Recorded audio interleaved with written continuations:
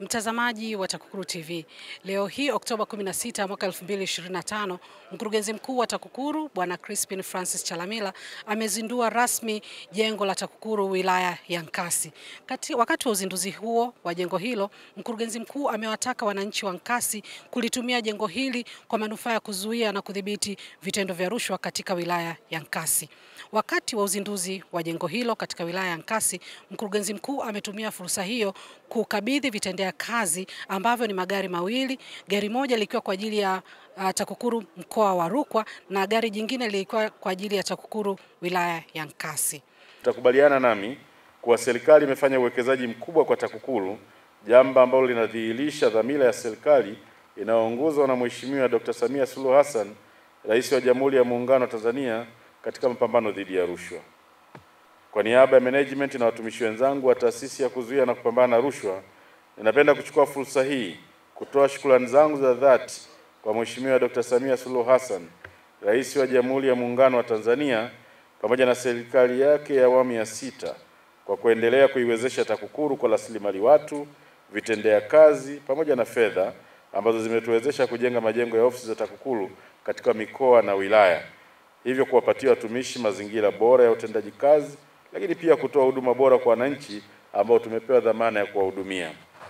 Wito wangu kwa watumishi wa TAKUKURU wilaya ya Nkasi, ikiwa ni pamoja na mikoa na wilaya zote ambako kuna majengo mapya, ni kuwahimiza kuyatunza na kuyathamini majengo haya pamoja na vitendea kazi vyote vilivyomo na mtakavyoendelea kupewa, ili viweze kutumika kwenu na kwa vizazi vijavyo.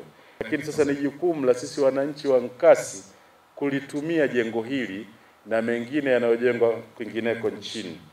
Hii ni fursa kwenu za kuja kutoa taarifa mbalimbali za matendo ya rushwa na kero nyingine zinazohusiana na rushwa, ili hatua ziweze kuchukuliwa. Utekelezaji wa mradi ulifanyika kwa kuzingatia matakwa ya sheria za nchi yetu, ikiwemo sheria ya manunuzi pamoja na kanuni zake. Aidha, utekelezaji wa mradi huu ulizingatia miongozo kutoka Mamlaka ya Kudhibiti Ununuzi wa Umma, yani PPRA. Mradi ulitekelezwa kwa utaratibu wa force account chini ya usimamizi wa ofisi ya TAKUKURU wilaya ya Nkasi na ushauri kutoka kitengo cha usimamizi wa miliki TAKUKURU makao makuu.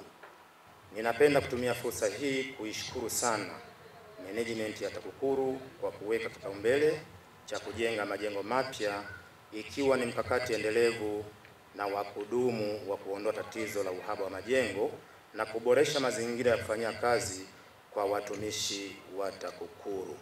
Tunaamini ufanisi wa kazi utaongezeka. Tunaamini matokeo chanya dhidi ya mapambano ya rushwa kwenye wilaya yetu utaongezeka. Lakini pia tunaamini wananchi pia ambao wanatusikiliza hapa na wale ambao watatuona baadaye kwenye vyombo mbalimbali watatunga mkono kwenye kutusaidia kupata taarifa za mambo yanavyoendelea,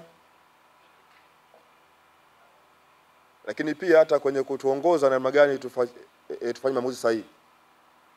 Sisi kama wilaya tumeendelea kupambana kuhakikisha kwamba rushwa ndani ya wilaya yetu haiwezi kuwa ni kikwazo cha utolewaji wa huduma ama upatikanaji wa huduma.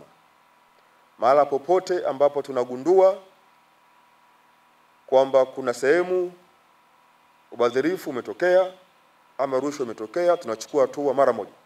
Kwa kupitia jengo hili itapendeza mtu yeyote atakapopata taarifa ya kwamba mtu ametoa rushwa, itakuwa ni rahisi sana kuja kutoa taarifa na kushughulikiwa.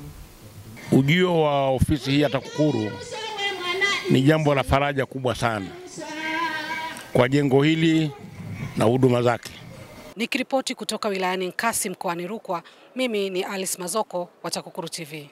Mtazamaji wa TAKUKURU TV, tunakukumbusha kubofya neno subscribe, pia kubofya alama ya kengele na kuchagua neno all notification ili kupata taarifa za matukio mbalimbali hapa TAKUKURU TV. Usisahau kubofya neno like iwapo umependa taarifa zetu na neno share ili kuwatumia wengine.